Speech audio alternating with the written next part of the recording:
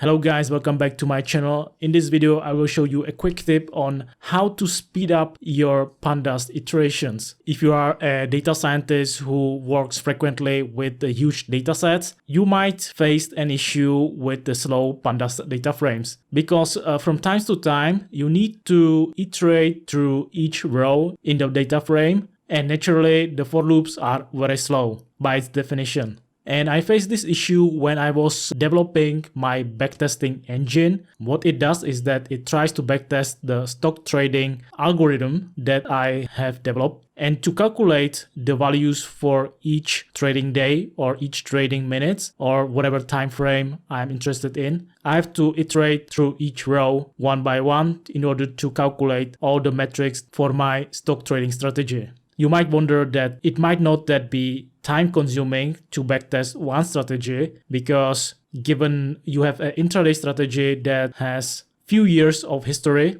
then we are still talking about few thousands of rows, which is not that bad because it will take probably a few seconds or maybe minutes to loop through all the rows. But now imagine that you have not only one stock in your portfolio, you want to backtest thousands of stocks every day, and you want to do it as quickly as possible. So in this case, each seconds play a huge role. And so I thought about how to speed up the whole process. As currently I was using Pandas, and for iteration through each row, I used iterrows function, which is okay. This is the easiest way how to loop through your Pandas data frame, just because you have access to its index, you have access to the headers for each column. So it's very easy to just use iterrows when you are developing minimum viable code.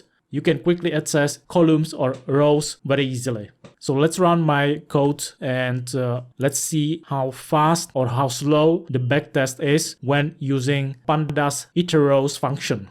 Now I will run the backtest.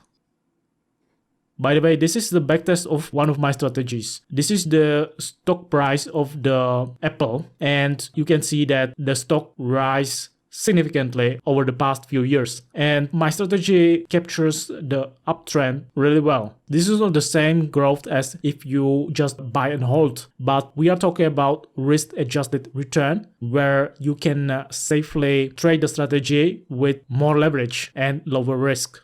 So as we can see from the PyCharm console, the whole backtest took 11 seconds, which is a lot for a simple trading strategy that works on daily candles.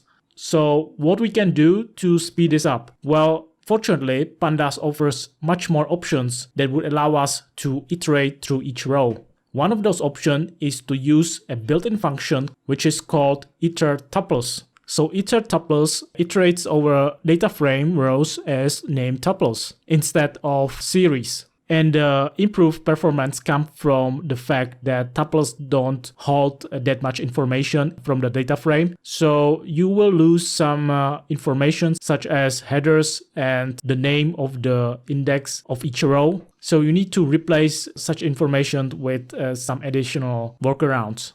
So let's look at how itertuples improve the speed of my backtest engine. And let's execute the same backtest logic with itertuples instead of iterrows.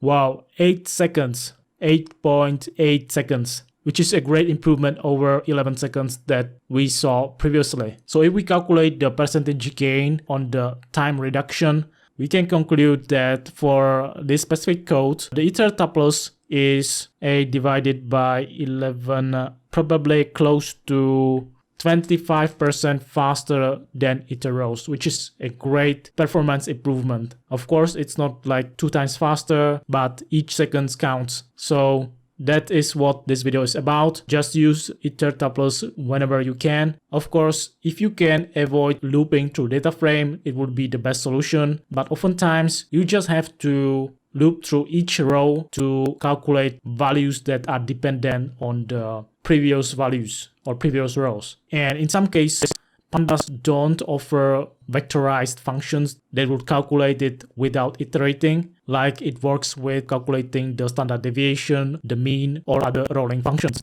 So even with 25% faster code, I'm able to significantly reduce the computation time of my stock trading strategy backtesting engine. As we said previously, with itertuples, you lose index information and you lose the headers. But fortunately, you can reference the column by using the dot notation. So if you want to access the closed column, then you just use the dot notation to access the value in the closed column. If you still want to access row number, then it's better to just use a custom variable to hold the information about the row number. So that's all from my side. I hope that this video was helpful. Definitely write in the comment below if you have any tips on how to speed up iteration through the Pandas data frame, and see you in the next video.